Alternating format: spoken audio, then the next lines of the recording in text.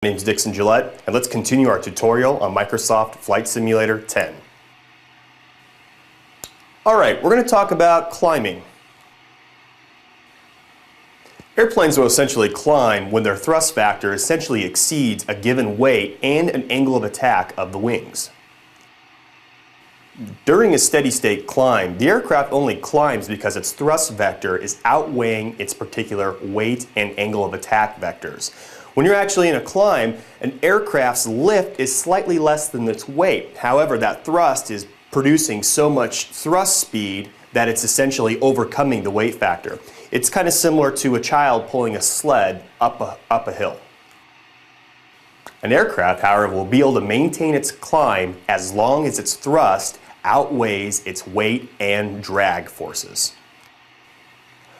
So although it might be counterintuitive, you're actually going to use your power settings on your aircraft to control up and down movement in your aircraft and use your yoke to only set airspeed adjustments.